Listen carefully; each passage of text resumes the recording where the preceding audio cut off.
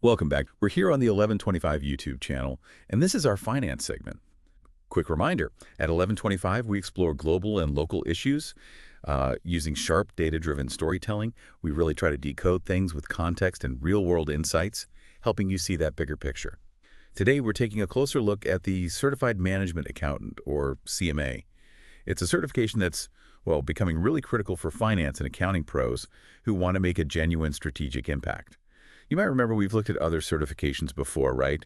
Like the CFA for investment management, the CPA, which is sort of the benchmark for public accounting, the FRM for risk analysis, and the CFP for personal financial planning. Well, today we're adding the CMA to that list. And this one really zeroes in on strategic management accounting within an organization. That's exactly right. And for this deep dive, our goal today really is to pull out the most important bits from these sources, give you a clear roadmap, why choose the CMA, what does it actually take to get it, and how can it really shape your career path? Okay, so let's unpack that. Given how finance is changing, who exactly is the CMA designed for? And, why is there this growing need for these specific skills now? Well, the sources make it clear. The CMA is really for accounting and finance professionals who want to show they've mastered 12 core competencies, all related to management, accounting, and finance. And a really compelling point is its global recognition. That's a big deal. Global, right? Yeah. Unlike some certifications that are more regional, the IMA CMA means you can use that expertise pretty much anywhere U.S., internationally. It's a huge advantage today.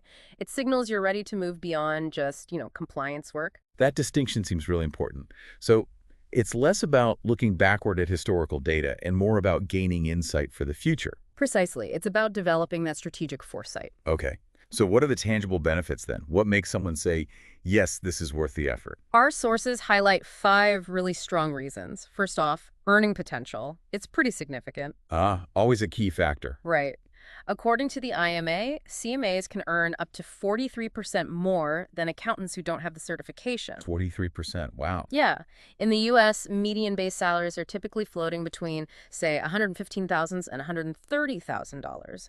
And globally, CMAs see about an 18% jump in base salary, and get this, a 21% boost in total compensation compared to non-CMAs. That's a very clear incentive, financially speaking. Totally. What else is on the table besides the money? So secondly, it really elevates your skill set significantly. The CMA proves you have expertise in really critical areas, things like financial planning and analysis, FP&A, risk evaluation, mitigation, cost analysis, budgeting, forecasting, internal controls.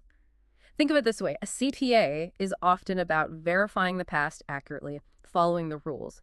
The CMA trains you to actually shape the future. Save the future. I like that. Yeah, identifying opportunities, tackling risks before they become problems. That's where companies gain their edge now, moving from hindsight to foresight. So it really sounds like it positions you for leadership roles, not just the technical ones. Absolutely. And that leads straight into the third reason, building credibility and status. For over 50 years now, the CMA has been this globally recognized standard for management accounting. 50 years, okay. Yeah, it has history. CMAs are seen as understanding the numbers on a deeper level. They're skilled in reporting and analysis, sure, but they're often viewed as the experts who can explain the why behind the figures, not just the what's. And that kind of status naturally leads to the fourth point, career advancement. Okay, tell us more about those career paths. What doors does it open? Well, the CMA definitely sets you apart. It shows you've invested in yourself and your professional growth. CMAs often hold roles like financial analyst, senior financial analyst, finance manager, finance director, cost accountant, controller. And you even see them moving into really high-level positions like chief financial officer, CFO, or VP of finance. It's quite telling that 82% of CMAs who reported getting a raise also said the certification seriously improved their overall career opportunities. 82%. That's huge. It's not just about a better title, it's about the bigger impact you can make. So let's say someone listening isn't just interested in, crunching numbers. They want to be involved in strategy and the big decisions. How does the CMA help with that? How does it open those doors specifically? Exactly. That's where it shines. The CMA is often called the gold standard in management accounting for that very reason. It uniquely blends that solid accounting foundation with strong business acumen. Business acumen, okay. Yeah. As a CMA, you're equipped to provide really insightful analysis to actually influence decision-making at all levels. You'll often find yourself working closely with upper management, helping to shape the company's direction. You become more of a strategic partner, less just a reporter of past events. That sounds incredibly valuable. But, okay, let's get practical. Who's actually eligible for this? It sounds rigorous. What's the very first step? Right, eligibility. The IMA, the Institute of Management Accountants, they have specific prerequisites: education and experience. For education, you generally need a bachelor's degree or higher from an accredited university. Standard enough. Yeah, but interestingly, they also accept certain other professional certifications to meet this requirement. Like if you already have a CFA, a CIA, a CFE, or even a CTP. Oh, really? Chartered financial analyst, certified internal auditor. Certified fraud examiner, certified treasury professional. Yeah. If you hold one of those, you've already ticked the education box. That's great news for some people. Saves a step. Cool. What about the experience side? Okay, experience. Candidates need to complete 2 consecutive years of professional experience, specifically in management accounting or financial management roles. Get 2 consecutive years. Does like an internship count? No, that's important. Internships or trainee roles don't count towards this requirement. But the list of acceptable work experience in the source material is actually pretty broad. Like what? Things like preparing financial statements, obviously, but also financial planning and analysis, budgeting, forecasting, risk evaluation, cost accounting, managing corporate finances, making investment decisions. Even teaching management accounting or financial management at a college level counts. Wow, okay. That covers a lot of ground. It shows how versatile these skills are. Exactly. So let's say you check the box as eligible. What's the actual step-by-step process to earn the CMA credential? Okay, the path is quite clear in the sources. First step, you have to become a member of the IMA, and you need to maintain that membership annually. A requirement, but it sounds like it has benefits too. Oh, definitely. It's not just a fee. You get access to networking, resources, ongoing professional development. It's valuable throughout your career. The membership cost is $295 for professionals, but there are good discounts for students, just $49, and academics, $160. Okay, step 1, IMA membership. Then what? Next, there's a one-time CMA exam entrance fee. This is separate from the membership. It's $300 for professionals or $225 if you're a student or academic. One-time fee. Got it. Right. And once you pay this fee, the clock starts. You have a 3-year window to pass both parts of the exam. 3 years. What if you don't make it? You'd have to pay that entrance fee again to get back into the program. Ah, okay. Motivation to stick to it. Definitely. Then finally, you register and pay for each part of the CMA exam itself separately. That costs $495 per part for professionals and $370 per part for students and academics. Okay, so membership fee, entrance fee, then fees for each exam part. Correct. And the very last step after you've passed both exam parts is submitting proof of your work experience and your education for verification.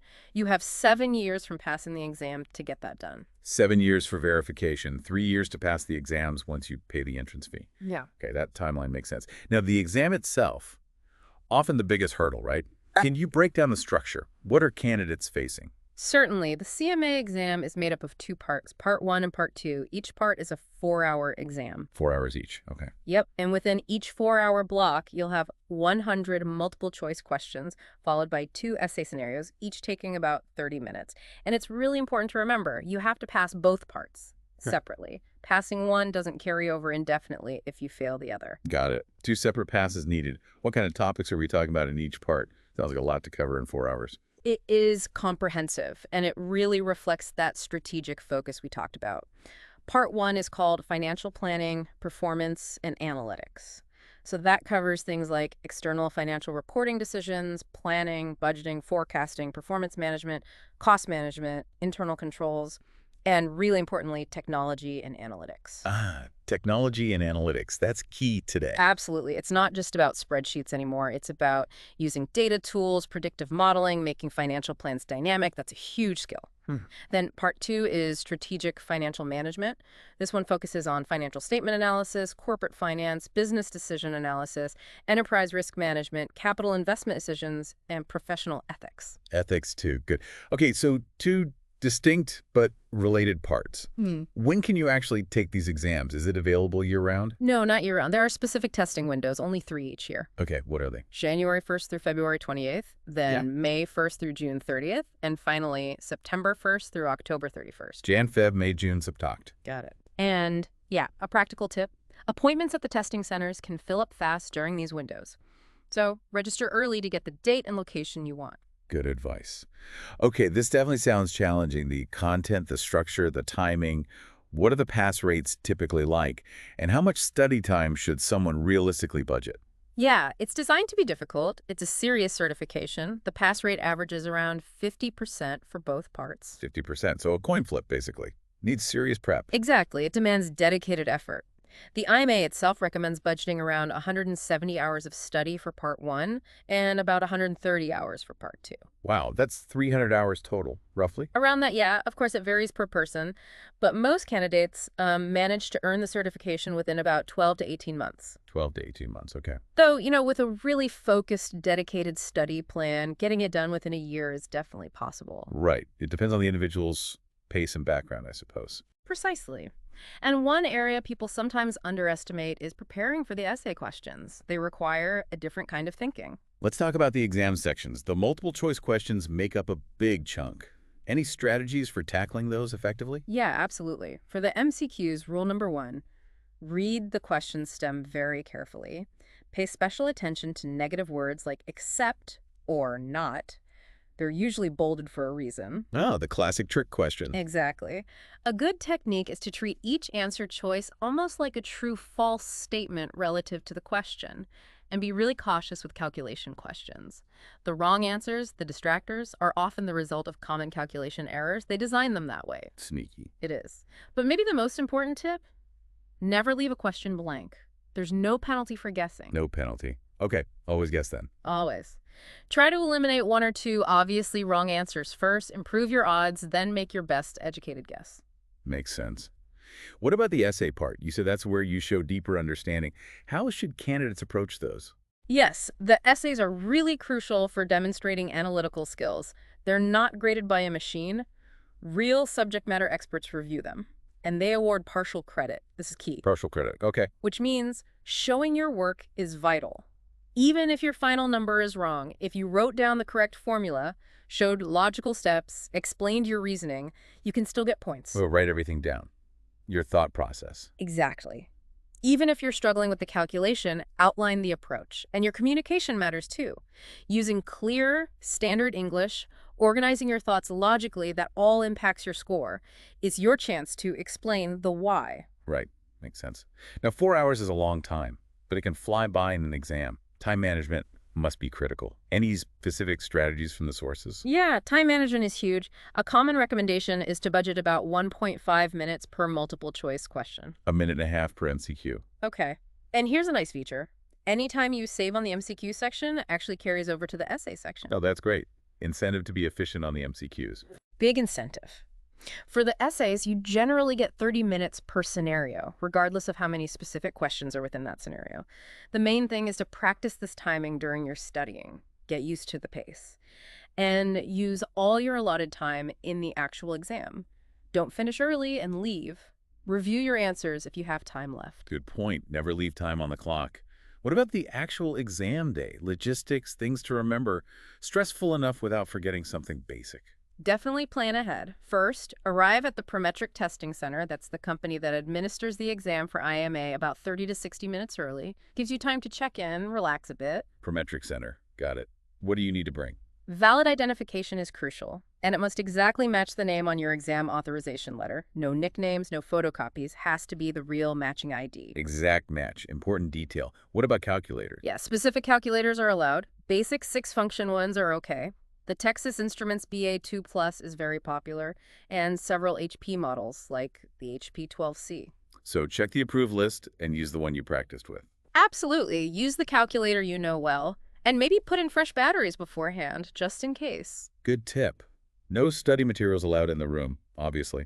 Obviously not. You'll usually store personal items like bags, phones, notes, and lockers provided by the center. Okay. Preparedness is key. What about scoring? You mentioned needing a 360 score. Is it instant, or do you have to wait? No, it's not instant. Because those essays need to be graded by experts, it takes time. Scores are scaled, ranging from 0 to 500. You need that scaled score of 360 or higher to pass each part.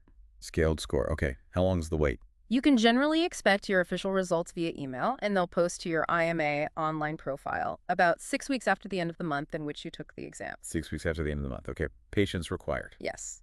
And if you unfortunately don't pass, you do get something useful. About 2 weeks after the results are out, you'll receive a performance report. It breaks down how you did by the major topic areas, which is really helpful for identifying where you need to focus your studies for the next attempt. That's good feedback, at least. Okay, so wrapping this up, what's the big picture takeaway? What does all this mean for someone's career? I mean, the CMA really stands out as a powerful way to seriously advance your skills, boost your status, and definitely increase your earning potential in the finance and accounting world. It really seems to shift the perception from just accountant to strategic advisor. Exactly. It positions you as that strategic partner, someone who understands the why behind the numbers, who can influence those high-level business decisions. It's a clear commitment to continuous learning, and it's a mark of expertise that's recognized globally. It really can pay dividends for your entire career. So this deep dive really shows the CMA isn't just another set of letters after your name. It's truly an investment in becoming a financial leader, a strategic asset for any organization. Well said. Now, as everyone reflects on this, here's a provocative thought to leave you with. We live in this increasingly data-driven world, right? AI and automation are handling more and more routine tasks. So how might the CMA's focus on strategic analysis, on business acumen, become even more essential? And maybe across a wider range of industries than we typically think, not just traditional finance. Interesting point. Think about it. How could a CMA help, say, a healthcare organization, optimize resource allocation based on predictive patient flow models? Or help a tech company evaluate the financial viability of entering a totally new market? What unexpected industries might be desperate for these exact strategic financial skills in the next 5, 10 years? That's a great question to ponder. The skills are definitely transferable. We hope this deep dive has brought some clarity, maybe some inspiration for your own professional journey. If you found this information valuable, we'd really appreciate it if you'd like this video, maybe share with colleagues or friends who might benefit, and definitely subscribe to the 1125 YouTube channel for more deep dives like this one. We're always here trying to help you get well-informed, one deep dive at a time. Thanks for tuning in.